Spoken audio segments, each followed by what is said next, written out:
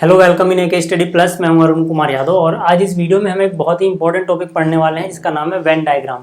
जो Venn diagrams होते हैं काफ़ी इंपॉर्टेंट रोल प्ले करते हैं अगर हमें डिफरेंट सेट्स के बीच के रिलेशनशिप को समझना है तो ठीक है। तो आज हम यही पढ़ने वाले हैं। देखो यार, वेन डायग्राम होता क्या है, एक सिंपल सी अगर मैं इसकी डेफिनेशन बताऊं तो वेन डायग्राम वो डायग्राम्स होते हैं जिनकी मदद से हम डिफरेंट सेट्स के बीच के रिलेशनशिप को रिप्रेजेंट करते हैं। ठीक है, तो ये डेफिनेशन आपके एनसीईआरटी बुक की है, मैं पढ़ देता हूँ।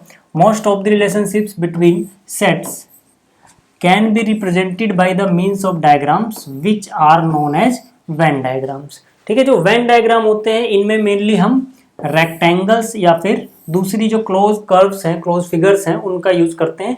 ज़्यादातर हम यूनिवर्सल सेट के लिए रेक्टेंगल का यूज करते हैं और बाकी जो उसके सबसेट्स होते हैं, ठीक है, यूनिवर्सल सेट के, उनके लिए हम ज़्यादातर सर्कल का यूज़ करते हैं क्योंकि सर्कल ज़्यादा कन्वीनियंट रहते हैं।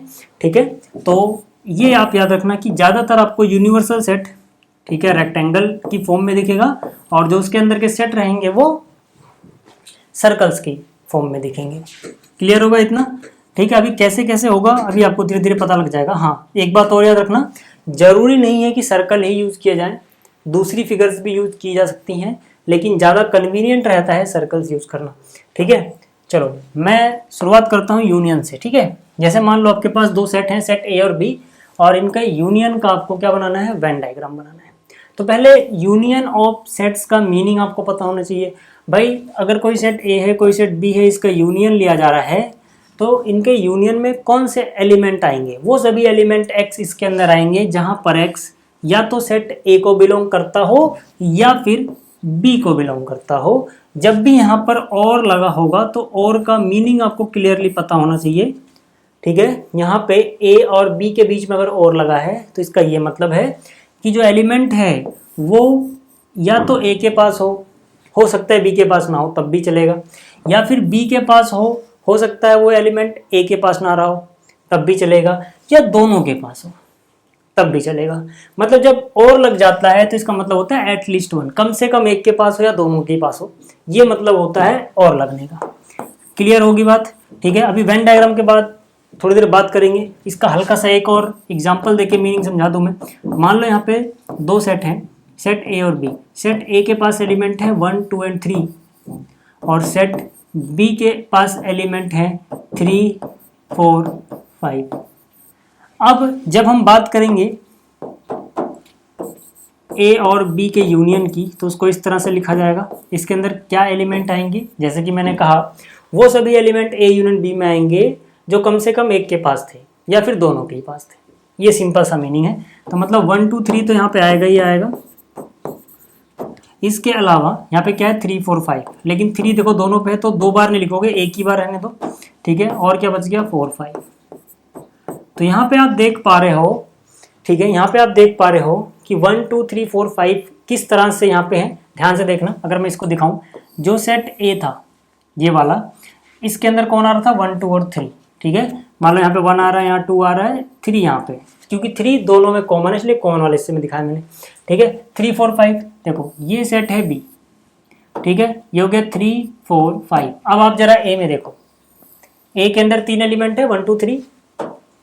अब फिर आप बी में देखो, बी के अंदर एलिमेंट है 3, 4, 5 जो वहां पे दिख रहा है आपको। ठीक है, तो इनके यूनियन का क्या मीनिंग हुआ? इनके यूनियन का मतलब हुआ इन दोनों को ही मिला दिया जाए, इस पूरे हिस्से को हम क्या बोल रहे हैं, इसका यूनियन बोल रहे हैं। तो जब हम वेन डायग्राम बनाएंगे सर, तो हम क्या करेंगे, सबसे पहले तो हमें बनाना होता है यूनिवर्सल सेट। ठीक है, अब यूनिवर्सल सेट क्या होता है, सबसेट क्या होते हैं, ये सब चीज़ें मैं आपको पिछले वीडियोस में बता चुका हूँ। ठीक है, तो यूनिवर्सल सेट को हम यूजुअली रिप्रेजेंट करेंगे एक रेक्टेंगल से, जो कि यहाँ पे आपको दिख रहा है। ठीक है, अब इसके अंदर जो भी कहानी होगी वो इसके अंदर चलेगी। जैसे दो सेट है अपने पास, तो एक सेट क्या आ गया, ए आ गया, दूसरा सेट ये क्या आ गया, बी आ गया। ठीक है, अभी ध्यान से देखना क्या लिखा हुआ है, या तो एक्स ए को बिलोंग करे या बी को। पहले ए की बात करते हैं, तो ए से कितना हिस्सा बिलोंग कर रहा है, ये मैंने ए को शेड कर दिया, ये पूरा ए का हिस्सा हो गया क्योंकि यूनियन में ये तो आएगा ही आएगा। साथ में जो बी के पास है वो भी आएगा, बी के पास तो ये पूरी चीज़ है, यानी इसको भी हमें शेड करना पड़ेगा, तो ये मैंने शेड कर दिया। अब दोनों मिला के जितना हिस्सा शेड हुआ है ना सर, वही अपना ए यूनियन बी है। तो जब भी आपको ए यूनियन बी का वेन डायग्राम बनाने को बोला जाएगा तो आप इतने हिस्से को शेड करोगे। ये जो शेडिड पोर्शन है ये रिप्रेजेंट कर रहा है ए यूनियन बी को। क्लियर हो गया क्या? इतना क्लियर हुआ? अच्छा, अब बात करते हैं जरा इंटरसेक्शन ऑफ सेट्स की। इंटरसेक्शन का क्या मतलब होता है सर? इंटरसेक्शन ऑफ सेट ए और बी, ठीक है, इसको हम रिप्रेजेंट पढ़ेंगे ए एंड बी या फिर ए इंटरसेक्शन बी, ठीक है, जिसको हम रीड करेंगे ए इंटरसेक्शन बी। इसका ये मतलब होता है कि वो हिस्सा जो इंटरसेक्ट हो गया, मतलब जो दोनों में आ गया, दोनों में कॉमन पोर्शन जो है वो निकाल लो, ठीक है। यानी कि यहाँ पे वो सभी एलिमेंट x आएंगे जहां पर x a को बिलोंग करता है एंड x b को भी बिलोंग करता है। एंड का मतलब होता है कि दोनों के पास ही होना चाहिए। ऐसा नहीं है कि किसी एक के पास हो दूसरे के पास ना हो, नहीं, दोनों के ही पास होना चाहिए। वो एलिमेंट जो a के पास है और b के पास भी है वही एलिमेंट इनके इंटरसेक्शन वाले सेट में आएगा। जैसे आप देखो, ये अपना सेट a हुआ, ये अपना सेट b हुआ। अगर मुझे a इंटरसेक्शन b का वेन डायग्राम बनाने को बोला जाए तो मतलब मेरे से ये बोला जा रहा है कि इस डायग्राम में वो हिस्सा शेड कर दो जो दोनों के इंटरसेक्शन यानी कि दोनों में कॉमन है। तो आप देख पा रहे हो कि ये हिस्सा दोनों में कॉमन है सर, तो यही हिस्सा क्या हो जाएगा? यही हिस्सा हो जाएगा अपना a इंटरसेक्शन b। ठीक है, इतना क्लियर हो गया? ठीक, फिर से देख लो, ये अपना सेट A था, ये अपना सेट B था, ठीक है।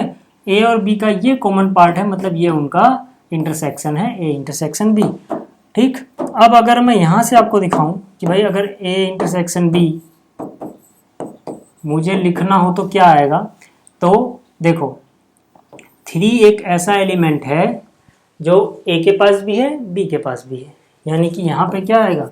3 आएगा, ठीक है। अभी मैंने जब यहाँ पे रिप्रेजेंट किया था कि भाई सेट A के अंदर था 1 2 3, तो 1 2 और 3 बीच में आ रहा था। B के पास था 3 4 5, तो आप देखो ये 3 वाला पोर्शन है ये दोनों में, तो ये आएगा इनके इंटरसेक्शन में। तो इनका डायग्राम बना लोगे आप, ठीक है। इसके बाद जो हमें पढ़ना है वो है कि भाई कुछ प्रॉपर्टीज हमें पढ़नी है यूनियन ऑफ सेट्स की और कुछ प्रॉपर्टीज हमें पढ़नी है इंटरसेक्शन की इनके, ठीक है। तो देखो यहाँ पर सबसे पहले बात करते हैं कॉम्यूटेटिव लॉ, ठीक है। ये जो कॉम्यूटेटिव लॉ है, चाहे आप इंटरसेक्शन की बात करो चाहे आप यूनियन की बात करो, दोनों में ही लागू होता है, ठीक है। कॉम्यूटेटिव आप बचपन से पढ़ते आए हो ना, जैसे आपने मल्टीप्लीकेशन में पढ़ा था a इंटू बी बराबर b इंटू ए, ठीक है। आपने एडिशन में भी पढ़ा हुआ है a प्लस बी बराबर b प्लस ए, ठीक है। ये सारी चीज़ पढ़ी हुई है ना आपने, वही चीज़ यहाँ में सेट में पढ़नी है और क्या, उनके यूनियन और इंटरसेक्शन में। तो आप A यूनियन B लिखो या फिर B यूनियन A लिखो, ये दोनों ही चीज़ें बराबर होती हैं, ठीक है। इसी को हम क्या बोलते हैं कि ये कॉम्यूटेटिव होता है, ठीक। पहला समझ में आ गया। इस तरह से यहाँ पर भी चाहे आप A इंटरसेक्शन B बोलो या B इंटरसेक्शन A बोलो, दोनों सेम चीज़ है, ठीक है। कॉम्यूटेटिव लॉ समझ में आ गया, चाहे हम यूनियन की बात कर रहे हैं या इंटरसेक्शन की बात कर रहे हैं, ठीक। इसके बाद देखो दूसरी चीज़ एसोसिएटिव लॉ भी आपने पढ़ा हुआ है, ठीक है। तो यहाँ पे अगर आपके पास 3 सेट हैं, एक सेट है A, एक सेट है B, एक सेट है C, पहले आप चाहो तो A और B का यूनियन निकालो, बाद में उसका यूनियन C के साथ निकाल दो, या फिर पहले आप B और C का यूनियन निकालो, बाद में A के साथ निकाल दो, सेम आंसर आएगा। यही चीज़ इंटरसेक्शन में भी होगी, ठीक है। क्या नाम था इसका? एसोसिएटिव लॉ, ठीक है। ये यूनियन के लिए, ये इंटरसेक्शन के लिए। इतना क्लियर हो गया? इसके बाद याद रखना, अगर किसी सेट A का यूनियन लिया जाए किसी एम्प्टी सेट के साथ तो सेट A ही रिजल्ट आता है, ठीक है ना। इसको आप समझ सकते हो यार, भाई एक सेट A है, अब इसका यूनियन एम्प्टी सेट के, एम्प्टी सेट में कुछ होगा ही नहीं, तो यूनियन में तो A ही रहेगा ना सिर्फ, ठीक। इसको हम बोलते हैं लॉ ऑफ आइडेंटिटी एलिमेंट, ठीक है। Empty set is the identity element of union, ठीक है। आइडेंटिटी जानते हो आप, आइडेंटिटी एलिमेंट आपने बचपन से पढ़ा हुआ है, जैसे मल्टीप्लिकेटिव आइडेंटिटी 1 होती है, ठीक है। अभी इसकी बात नहीं कर रहा, जो बचपन में आपने पढ़ा उसकी बात कर रहा हूँ, ठीक है। मल्टीप्लिकेटिव आइडेंटिटी कितनी होती है? 1। क्यों होती है 1 सर? क्योंकि 1 से जब आप किसी नंबर को मल्टीप्लाई करते हो तो उसकी आइडेंटिटी पे कोई फर्क नहीं पड़ता, वो बदलता ही नहीं है, ठीक है। 5 था तो 5 रहा, अगर मैं 6 को मल्टीप्लाई करूँ 1 से तो 6 ही रहा, 7 को मल्टीप्लाई करूँ 1 से तो 7 ही रहा, 0 को मल्टीप्लाई करूँ 1 से तो 0 ही रहा। मतलब ये जो एलिमेंट थे या नंबर्स थे ये सेम रह गए, तो इसीलिए 1 को क्या बोलते थे हम, मल्टीप्लिकेटिव आइडेंटिटी है। इसी तरह से 0 को क्या बोलते थे हम, याद करो बचपन में आपने पढ़ा है, 0 को क्या बोलते थे, एडिटिव आइडेंटिटी है। क्यों? क्योंकि किसी नंबर में 0 ऐड करने पे नंबर की आइडेंटिटी चेंज नहीं होती। ठीक है, 5 में 0 जोड़ोगे 5 रहेगा, 6 में 0 जोड़ोगे 6 रहेगा, 7 में 0 जोड़ोगे 7 रहेगा। ठीक है, तो इसीलिए क्योंकि ऐड जब भी हम 0 कर रहे हैं तो नंबर की आइडेंटिटी बदल ही नहीं रही, तो 0 क्या था, एडिटिव आइडेंटिटी, 1 क्या था, मल्टीप्लिकेटिव आइडेंटिटी। इसी तरह से एम्प्टी सेट क्या है, आइडेंटिटी ऑफ यूनियन। क्यों? क्योंकि जिस भी सेट का यूनियन आप इस एम्प्टी सेट के साथ लोगे उसकी आइडेंटिटी में कोई बदलाव नहीं आएगा, ए रहेगा तो ए ही रहेगा। बी का यूनियन अगर आप एम्प्टी सेट से लोगे तो बी ही रहेगा। मतलब जिस भी सेट का यूनियन एम्प्टी सेट के साथ लिया जाता है वही सेट सेम आ जाता है, उसकी आइडेंटिटी में कोई बदलाव नहीं होता। इसीलिए इसको बोलते हैं लॉ ऑफ आइडेंटिटी एलिमेंट। किसके लिए? यूनियन के लिए। ठीक है, जैसे वहां पे एडिशन और मल्टीप्लिकेशन के लिए अलग अलग चीजें थी, वैसे यहाँ पर है। ठीक है, क्लियर हो गया? क्लियर हो गया इतना? पहला हो गया था, दूसरा हो गया था, तीसरा हो गया। अच्छा, चौथा देखो, किसी सेट का सेम सेट के साथ अगर यूनियन लिया जाए तो सेम सेट ही आता है, इसको बोलते हैं आइडेम्पोटेंट लॉ। और यूनिवर्सल सेट का अगर यूनियन लिया जाए किसी सेट के साथ तो यूनिवर्सल सेट आता है, इसे बोलते हैं लॉ ऑफ यूनिवर्सल सेट। ठीक है, इसमें पहला दूसरा मैं आपको समझा चुका हूँ। तीसरा देखो, अगर एम्प्टी सेट का इंटरसेक्शन लोगे किसी सेट के साथ तो जाहिर सी बात है एम्प्टी सेट ही आएगा, क्योंकि इंटरसेक्शन मतलब कॉमन है, इसके पास कुछ है ही नहीं तो उसके साथ कॉमन भी कुछ नहीं आएगा। ठीक है, और यूनिवर्सल सेट का अगर इंटरसेक्शन लोगे किसी सेट के साथ तो सेट ए आएगा। ठीक है ना? क्यों? इसको आप यहाँ से भी समझ सकते हो, यूनिवर्सल सेट मतलब पूरा सेट, और जैसे सेट ए यहाँ पर है तो ए और जो पूरा था उसके बीच में ये हिस्सा तो कॉमन ही है ना, क्योंकि पूरे में तो सब कुछ आ रहा है, पूरे में तो सारा हिस्सा आ रहा है, तो ए के साथ तो वो तो कॉमन ही रहेगा ना। तो किसी भी सेट ए का अगर इंटरसेक्शन लिया जा रहा है यूनिवर्सल सेट के साथ तो ए ही आंसर आता है। ठीक है, क्लियर हो गया? और सेम सेट का इंटरसेक्शन सेम सेट के साथ फिर से वही आता है। ठीक है ना? ठीक है, अच्छा, इसमें हम डिस्ट्रीब्यूटिव लॉ भी लगा सकते हैं, जैसे A intersection B union C है। ठीक है, बाहर क्या लगा है, इंटरसेक्शन, तो इसको आप लिखोगे ए इंटरसेक्शन बी, यानी एक बार ए इंटरसेक्शन बी लिख दिया, फिर ब्रैकेट के बाहर ये यूनियन, फिर ए इंटरसेक्शन सी लिख दिया। ठीक है, चलो ये सारी प्रॉपर्टीज आप याद रखना, जब इनका यूज होगा तो मैं आपको अच्छे से बताऊंगा। ठीक है, अब आता है डिफरेंस ऑफ सेट्स। ठीक है, दो सेट का डिफरेंस का क्या मीनिंग होता है वो समझ लो पहले। ठीक है, जैसे अगर एक सेट ए है एक सेट बी है तो ए माइनस बी का मतलब क्या है, difference of set A and B. ठीक, क्या मतलब होगा इसका, इसके अंदर ये एक सेट है, इसके अंदर वो एलिमेंट एक्स आएंगे सारे के सारे जो ए को तो बिलोंग कर रहे होंगे एंड बी को बिलोंग नहीं कर रहे होंगे। मतलब सेट ए में से वो हिस्सा रिमूव कर दो जो बी के साथ कॉमन था। कहने का क्या मतलब है, जैसे एग्जांपल दूं अगर मैं आपको, तो मान लो ए के अंदर आता है 1 2 3 और एक बी है, बी में आता है 3 4 5, तो सर ए माइनस बी का मतलब हो जाएगा कि बी का जो हिस्सा ए के अंदर है वो हटा दो। ठीक है, बी का 3 कॉमन था, कॉमन एलिमेंट हटा दो। ठीक है, अब जो बच गया ए के पास, अगर ए में से माइनस कर रहे हैं तो देखेंगे ए के पास क्या बचा, ए के पास क्या बचा 1 और 2, तो ए माइनस बी क्या हो जाएगा 1 2। अगर यहीं पे हम बी माइनस ए ढूंढते तो इसका मतलब होता बी में से ए हटा दो, यानी कि इस बी में से ए हटाओ, फिर से वही चीज कॉमन एलिमेंट ही गायब होगा। लेकिन इस बार लिखेंगे क्या, क्योंकि बी में से माइनस हो रहा है तो बी के पास क्या बचा 4 5, तो यहाँ पे आएगा 4 5, यानी कि जिसमें से माइनस हो रहा है, जिसमें से माइनस हो रहा है उसके पास क्या बच रहा है, कब, जब कॉमन एलिमेंट रिमूव कर दिया गया, वो लिखना होता है। क्लियर हो गई बात? अगर मैं इसका वेन डायग्राम बनाऊं तो देखो जरा ध्यान से देखना, ये अपना सेट ए है, ये अपना सेट बी है।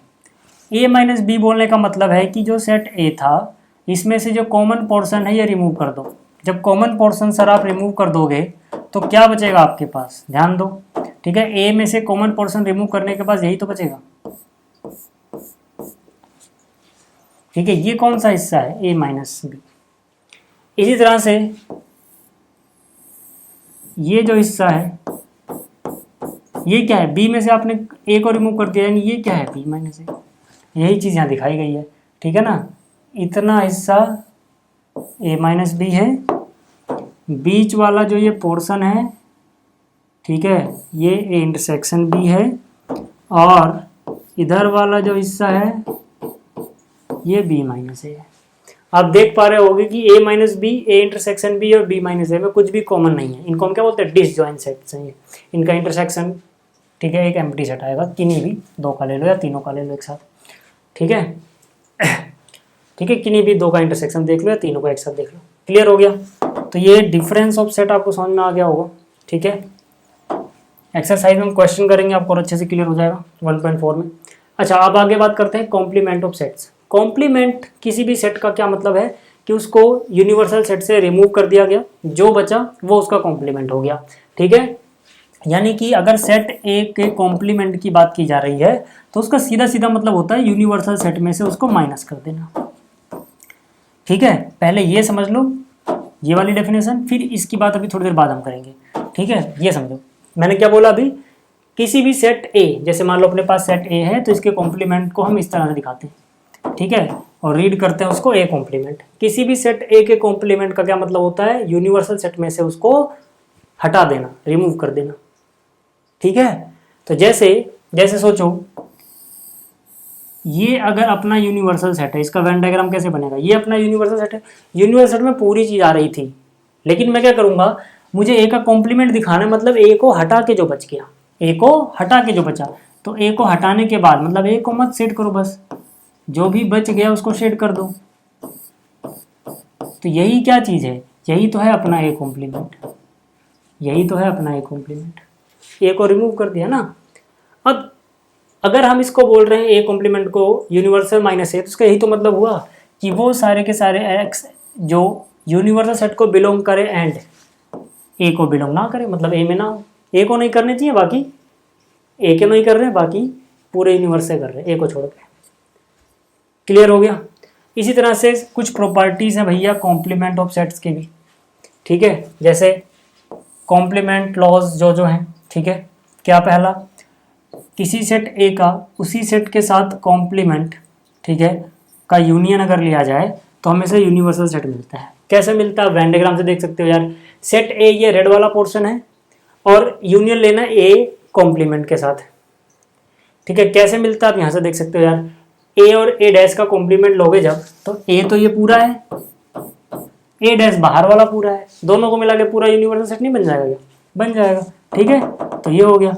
इसी तरह से अगर इंटरसेक्शन लिया जाए किसी भी सेट का उसके ही कॉम्प्लीमेंट के साथ, तो एम्प्टी सेट आता है। क्यों, कोई हिस्सा कॉमन ही नहीं है, ए और ए डैश में, ए कॉम्प्लीमेंट में कुछ भी कॉमन नहीं है सर, तो उनका इंटरसेक्शन तो एम्प्टी सेट ही आएगा, ठीक है। अच्छा, ये बहुत इंपॉर्टेंट है, डी मॉर्गन्स लॉ,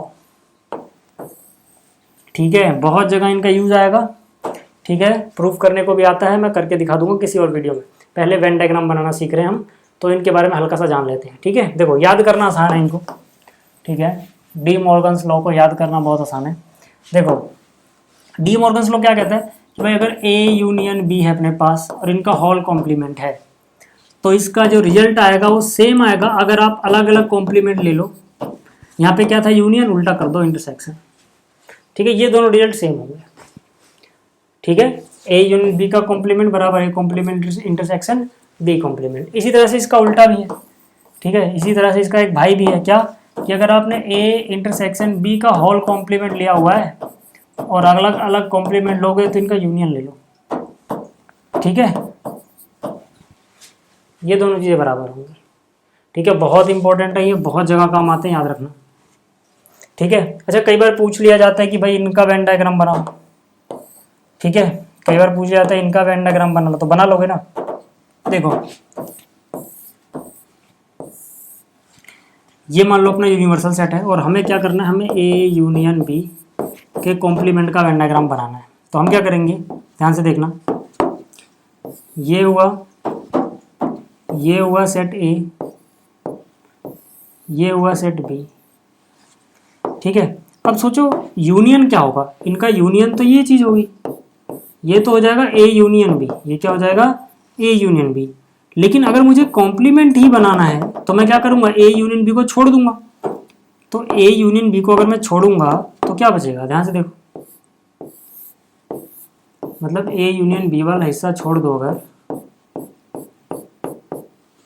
तो ये सारा क्या कहलाएगा, ये सारा हिस्सा क्या कहलाएगा, ए यूनियन बी को छोड़ दिया हमने, उसका कॉम्प्लीमेंट। क्लियर हो गई बात। ऐसे आप दूसरे वाले का भी बना सकते हो। ठीक है, अगले एक्सरसाइज में इस पे क्वेश्चन भी है, तब हम और अच्छे से देखेंगे इसको फिलहाल। ठीक है, अगला क्या है, लॉ ऑफ डबल कॉम्प्लीमेंट। मतलब अगर ए कॉम्प्लीमेंट का कॉम्प्लीमेंट लिया जाए तो वापस से हमें वही सेट ए प्राप्त हो जाता है। ठीक है, और याद रखना laws of empty set and universal set.